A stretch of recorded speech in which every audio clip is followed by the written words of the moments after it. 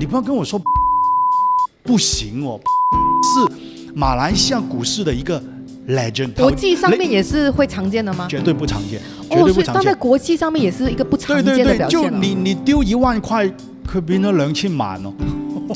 我在马来西亚这20多年的观察啊，我好像很久没有见过这么多钱要回来。马来西亚有这种占尽天时地利人和的感觉。这一次啊，我们手上拿住的牌面啊，13腰啊，而家就睇食唔食得出咗。Hello， 欢迎收看荧光笔工作室。你好，我是莹莹啊。我们今天呢，就是有嘉宾。如果呢你是新朋友，是从陈建老师那边来的话呢，没错，他还在我旁边。我们欢迎陈建老师来到荧光笔的频道。Hello， 莹莹来了，我们继续谈。我要跟大家讲，因为有的人可能是刚好来到这边看到这一集，没有看到你那一集。我们要说，刚刚其实我们已经在陈建老师的频道呢，已经聊了非常精彩的时刻，也就是呢，马来西亚就是在陈建老师来到马来西亚这20几年看到的股市当中的2次熊市到底发生了什么事情？里面呢，哇，有一些故事呢是有人在里面飞黄腾达，但是有的人呢就是一地鸡毛的其中一根鸡毛。那到底呢，这一个熊市那2次是发生什么事情呢？很 juicy。大家想听的话呢，可以去到陈建老师的频道那边去看。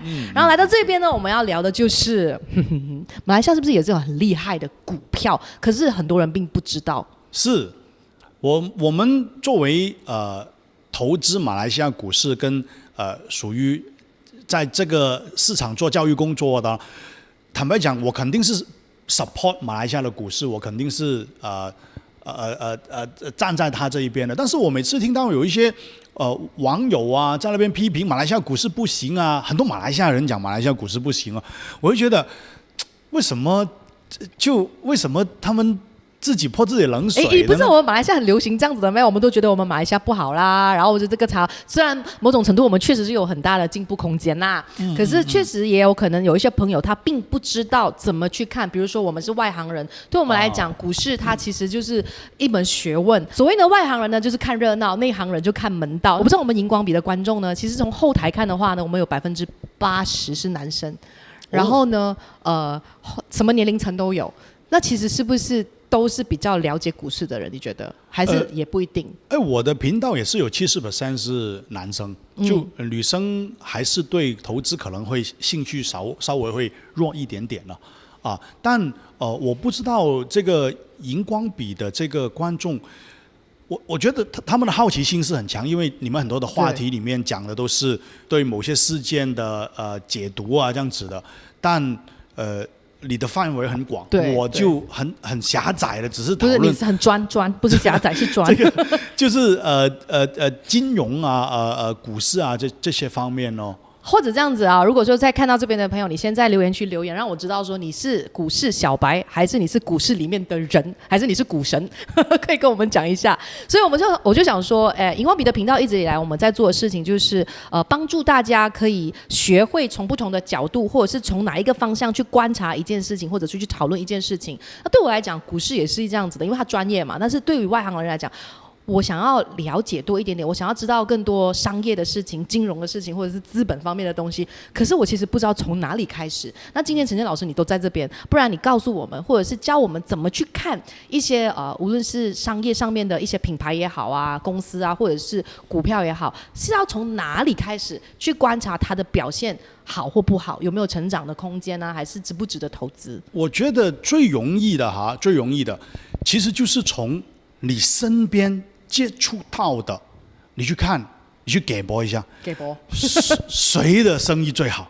谁的生意最好？你看到什么人的店啊，那边要排队啊，排长龙啊，你用这种方式呢来训练一下你对商业活动的那个观察的那个触觉敏锐，就好像当年啊，大家都说排队买 iPhone，那没可能这种东西你没听过吗？你一定听过，或者是你有见过真的是有人在那边半夜三更就在那边排队所以你可以想象一下，哇，这个 iPhone 的生意有多好，有多火爆。那其实这个就是一种切入点了。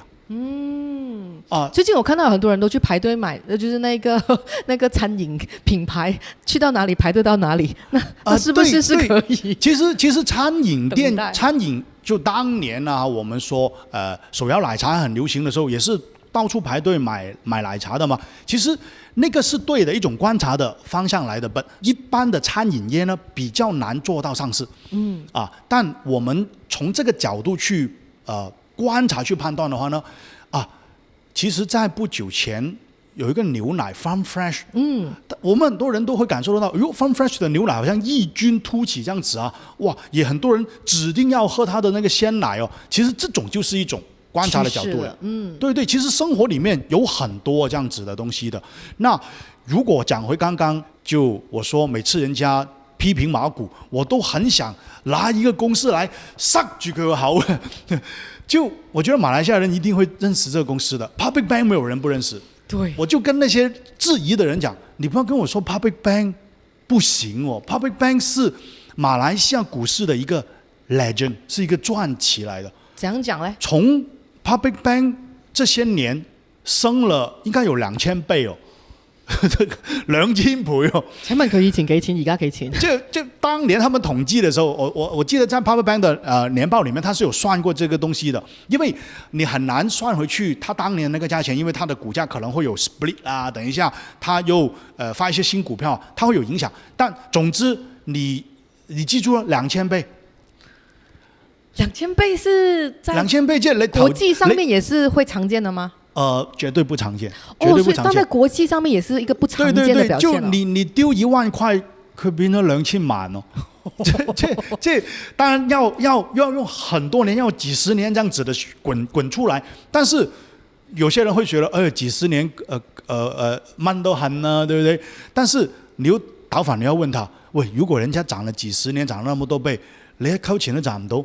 咁你係咪都要去反思一下呢？就是你不能夠說我沒有興趣，不關我事，那你就永遠你就永遠沒有進步。對。那因為什麼我提到 Public Bank？ 因為對於我們很多華人，馬來西亞華人來講，很可能你的第一個戶口，你的第一個銀行戶口會是 Public Bank， 或者你會很可能你會喜歡用 Public Bank 的服務啊。當然 Maybank、CIMB 很可能你也會有他們的戶口，但作為馬來西亞，現在最主要的華資銀行就是紅龍 Bank 跟這個 Public Bank。那我們馬來西亞華人無人不知，無人不曉，但是卻不一定全部人都懂得哦。Public Bank 的股票原來創造了很多的百萬富翁，或者改變了很多的家庭。可是 Public Bank 其實比起 Maybank 它的表現是更好的哦。Maybank 是輸在哪裡哦？坦白講 ，Public Bank 的表現好過 Maybank。為什麼呢？因為我會認為說 Maybank 不是應該更有資源和更有地位嗎？你這個問題問得很好哦。真的嗎？是我有潛質嗎？看起來我要去上課了。沒有，你問的這個問題真的是很少人沒有去思考。你有很強的那個思考能力。真的，為什麼 Public Bank 股價表現常年下來 ，Maybank 也厲害，但是 Maybank 輸給 Public Bank， 居然的核心關鍵是 Public Bank 比 Maybank 更保守。這個是很多人覺得為什麼會這樣子呢？確實 Public Bank 很保守了，我覺得。對，在這個行業裡面其實我們上一集講到的那個08、09年的金融海嘯的時候其實 Maybank 是在印尼那邊虧了很多錢。Maybank 在印尼那邊拓展，結果遇上了金融海嘯，然後 Maybank 就有一種雨沙而歸的感覺。但 Public Bank 對 Public Bank 呢，就人家一直批評他，咁保守㗎，這個又不敢，這個又不敢，佢冇事喎，他閃開了這些，所以 Public Bank 他不受傷，他沒有虧過錢，然後就一路滾下去的，結果他的雪球滾得比 Maybank 還要大，這個就是很神奇的地方，居然是因為他保守。OK， 即係保住自己，然後穩穩的這樣子走，我不快，但是我穩這樣子。對，可能在銀行這個行業這個是一個很特殊的行業。這個行業裡面你越大膽，越快，反而一旦遇到問題的時候就越容易中槍。但是他越怕死的話呢，反而他就人家虧錢的時候你沒有虧，人家一起賺錢的時候就你也跟着一起賺，結果你就升得比人家多了。這就很有趣哦。对对，跟他的那个品牌形象也很像啦，就是几十年都没有改变的这样子稳稳的、是踏实的感觉。但就是我们会批评他可能不求上进啊这样子，但是这个反而是他的那个秘诀。哎，可是你刚刚讲他已经升了2000倍。对，是吗？这样我们现在进去还有用吗？我们现在投资是不是太迟了呢？这个当然，它的这个就跟一些行业的发展啊，有阶段的嘛。马来西亚的银行业、金融业最高速发展的时候呢，已经过了，毫无疑问，现在已经过了。那你现在看到的银行股，马来西亚的银行，我们当年很多间银行的嘛，后来就被整合，剩下现在我们看到的这几间大的。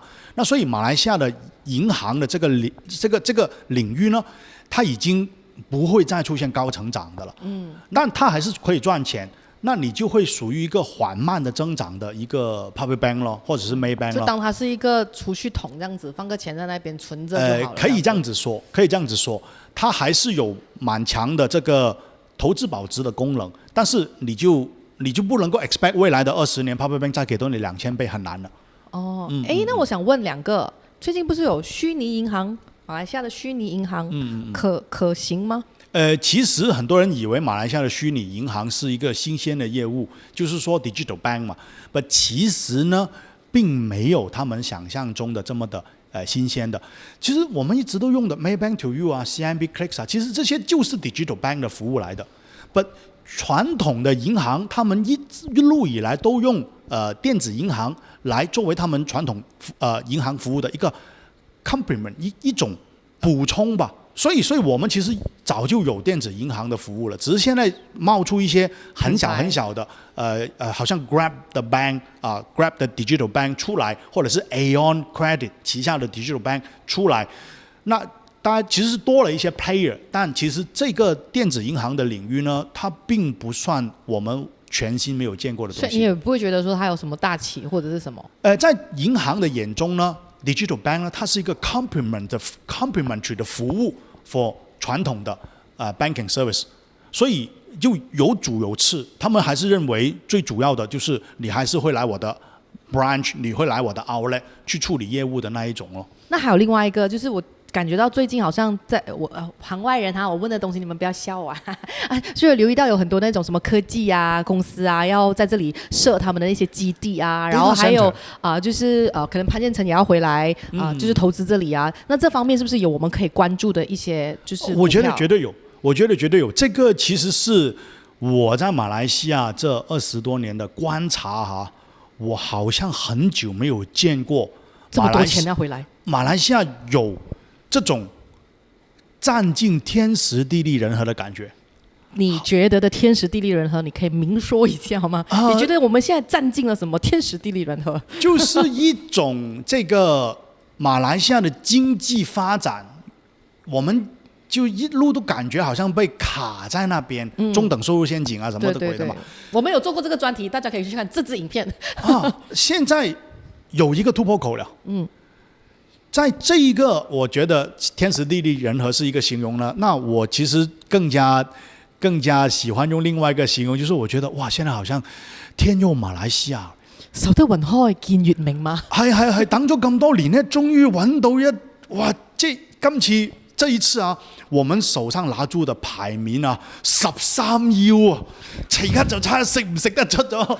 你可唔可以講係邊13腰啊？就你看你也觀察得到那個很多的 data center 要來馬來西亞，因為人工智能它開始變成了一個哇不得了的是，它人工智能開始變成了一個科技革命。對，第4次革命嘛。some kind of 那種工業革命什麼的，現在就是這個人工智能，尤其是生成式的人工智能呢，會在未來10年大行其道，大家已經發現到它的那個 potential 很可怕了。那問題就是你需要有基礎設施去 support 這個東西 ，data center， 尤其是人工智能 data center， 它其實需要大量的 computing power， 不是普通的online storage， 我們用來 backup 一下我們的資料的，不是那種，是能夠幫你進行運算分析的那一個data center， 需要很多。那麼你要 data center 的話，它要用很多的電。馬來西亞有電哦，新加坡沒有我們那麼多電。然後我們需要有地皮建 data center，也要有電，而且最好是綠色能源。再生能源。我們馬來西亞剛好前幾年大量的布局太陽能喎，又俾我哋食正咗。咁再加上呢，就是我們的安華政府，他們剛好在利用這個時間點呢，進行這個經濟的轉型 ，economy 的 reform。那麼又遇上什麼東西呢？中國前幾年將這些太陽能發電板的這個光伏板的那個成本價弄到很低，因為它產能過剩嘛，所以太陽能發電的成本可以媲美煤炭發電。尤其是我們馬來西亞，哇，這麼曬的赤道的國家，太陽那麼猛，對，然後再加上中國跟美國的關係剛好現在是處於一個轉折點，中國跟美國其實不是緊繃，感覺是在脫鈎。那麼美國對中國的那個科技制裁，令到中國沒有辦法買到高端芯片嘛，所以 data center 沒有辦法在中國 set up，一定要在中國以外的地方 set up。你看為什麼 TikTok 也要來馬來西亞，對不對？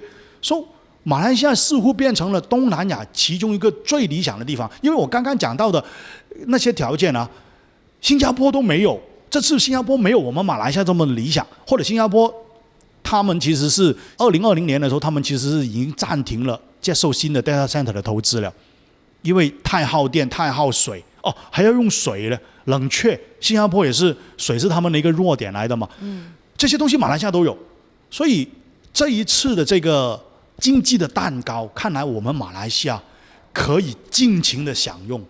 哇！我還原本講說分到一口這樣啊，有些盡情的享用啊。對，如果現在不要這麼斯文，現在我希望我們的政府撲上去咬啊，這樣子的話才能夠讓我們的在下一階段的那個，就是當 AI 的力量真的顯現出來，影響各行各業的時候，我們的 infrastructure 其實 data center 它變成一種 infrastructure， 我們希望我們的 infrastructure 能夠 ready 好，這樣子我們就有機會在這個領域上面呢出現突破了。哇，很好哎！我覺得剛剛這樣聽你在講那個13秒見到了啊，那個天時地利人和，大家可能也會比較概念，因為有的時候每個人都在忙着自己的生活，所以不見得每個人都會去關注到底是市場上發生什麼，國家趨勢上面或者整個國際局勢到底是怎麼樣。我想可能剛剛聽到你這樣子講，可能大家有多一點點比較樂觀，覺得馬來西亞好像有一些發展的前景，就像是你說的一個突破口，是可以稍微期待的。找到了。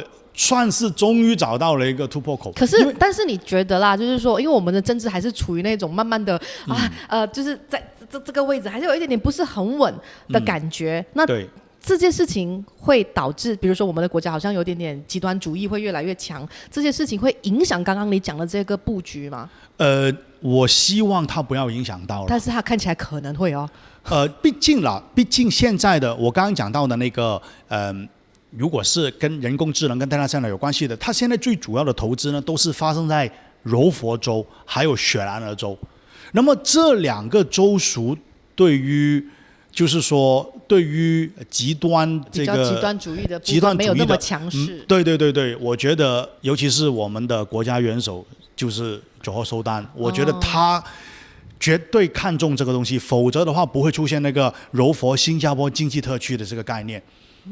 所以希望這一次真的是天時地利人和，能夠讓馬來西亞的經濟找到一個新的突破口。所以剛好講到這個局面嘛，這樣子我可能反正你今天在這邊啊，我也沒有什麼人可以問這種東西，我覺得可能順便帶到兩件事情。那既然如果說接下來的風口是這樣子，馬來西亞的就是所謂的趨勢或者是目前的情況是這樣，對於馬來西亞人，你覺得大家可以關注的點是什麼？然後再來就是，如果你真的要投資，你可以關注些什麼樣子的東西？其實我講我熟悉的這個領域啊，在我們研究股市的這個受到影響，或者說因為股市很喜歡借題發揮的嘛，所以你現在有這麼大的一個主題在那邊的話，它的火一定是燒起來了。所以第一，我們很明確的知道的，馬來西亞的再生能源是要越來越多，因為 data center 真的很耗電。耗電耗到新加坡都不敢讓他們建那麼多的 data center。我們 handle 得到嗎？這樣子？其實馬來西亞很特別很可愛。以前我們是 oversupply 的electricity。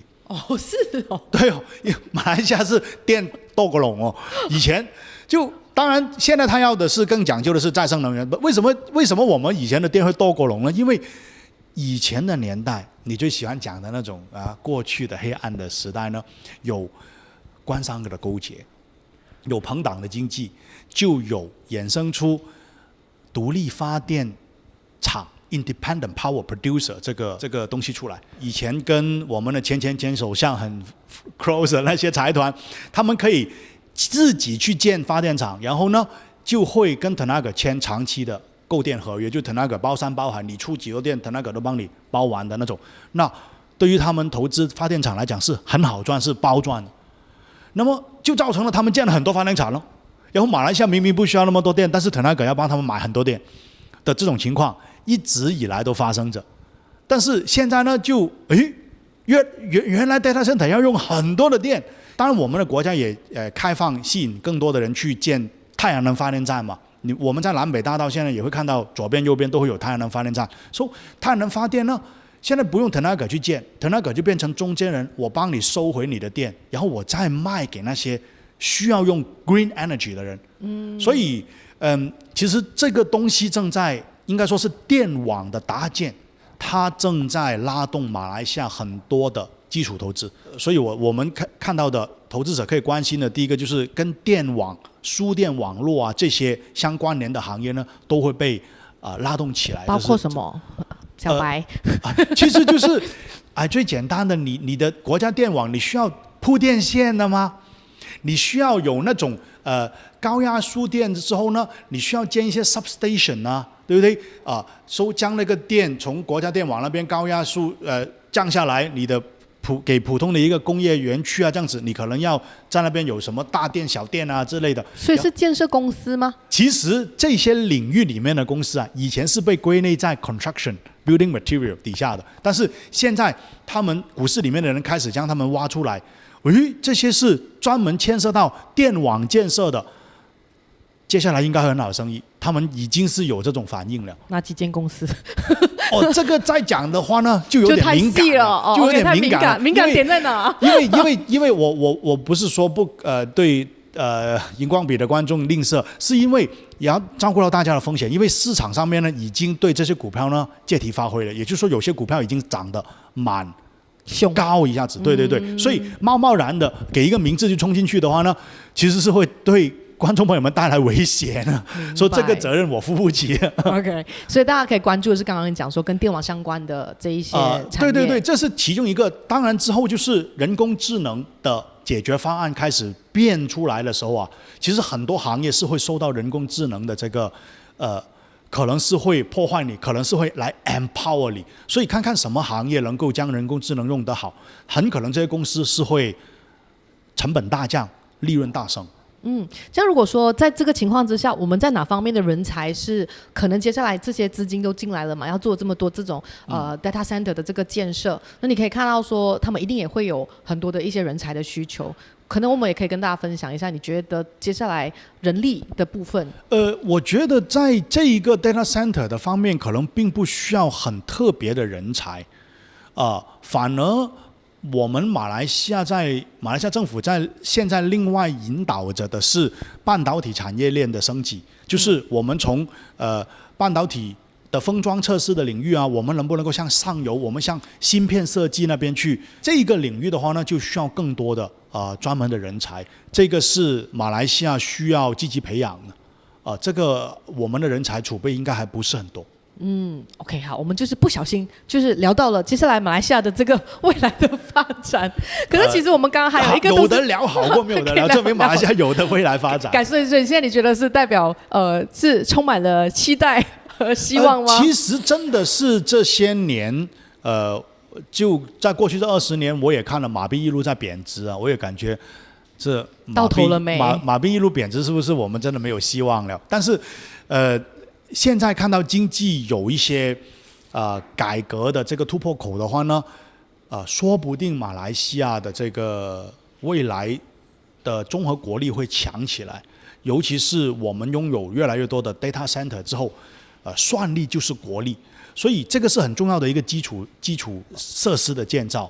所以我其实是 expect 马来西亚的经济能够过得到这一轮的转型之后，马币应该不会像过去20年这么的低迷低迷。对对对，明白。所以其实刚刚讲到这些，我们也是因为想要了解到说马来西亚现在的这个大环境是怎么样。然后我们讲到马来西亚的股市，其实陈杰老师你一直以来都是刚刚讲的。我们今天的这一集一开始是想要讲说马来西亚，你对于马股的那一种为什么你们都看不起它？里面其实有很多的那一个股票的表现很好，除了我们刚刚讲的传奇 Legend 就是 Public Bank 之外，你还有没有什么就是想要特别提出来跟大家分享？哎，你们要注意看一下它嘞，这样子。就我能够给大家的是一些过去的例子了，因为讲过去的例子的话呢，还是比较安全一点点了哈。但其实也是很有启发性的，也是很让我们去反思啊。有一个马来西亚的公司，它是卖衣服的，我相信没有多少个马来西亚人没有买过它的衣服，就帕蒂尼国民品牌。对 Brands Outlet 也是按照它的。So 帕蒂尼的这个公司啊，在马来西亚的股市里面啊，我没记错的话，大概2009年、2010年到2015年呢，它的股价涨了10倍。涨了10倍是什么意思呢？就是很可能，如果你有投资它的话，你那几年赚的钱呢，够你一辈子买衣服的钱了，你知道吗？就是衣服自由。对，买衣服自由。但很少人讲这个公司。为什么啊？你觉得就是OK 好，每个人都会买啊，然后而且它涵盖的那一个 line 其实就是老少上班族，对，全部不同的那个price range 也都有。可是为什么大家在投资的时候就不会想到它呢？你觉得那个原因是什么？其实也是一开始我们讲到的，大家普通人啊，他没有那种条件反射，他的触觉不够强啊。就好像其实帕蒂尼生意最好的时候呢，就是我刚刚讲的那个大概2008、09年到2015年，它就是全马来西亚到处在推出它的那个帕蒂尼 Concept Store 的时候，就是你基本上在每一个 shopping mall 啊，你都会大的 shopping mall 你都看到有帕蒂尼 Concept Store， 一间大卖场里面它的子品牌全部在里面的嘛，所以你一家大小进去的话，基本上是杀完你的，就男女老少、爸爸妈妈、孩子，对吧？全部你都可以在里面买到你要的东西。所以其实那个它的整个经营战略的改变呢，是令到每一个人头走进去他的店里面消费的那个金额变多了很多。所以他其实就是我讲的，他生意很好咯。然后他在那个帕蒂尼的 Concept Store 里面呢，他好像每一年会搞一些 mega sales 的嘛，哇！然后你就看到很多人在那边哇，那个衣服啊在那里。所以这种情景，我相信很多的观众朋友们可能都会有印象的。那你要将这些你看到的情景啊，翻译成为这个公司很生意很好，这个公司很赚钱，我们是不是可以成为他的股东啊？有没有可能我可以成为他的股东啊？就是这个触觉呢，是要人为的去训练自己，可是因为去思考。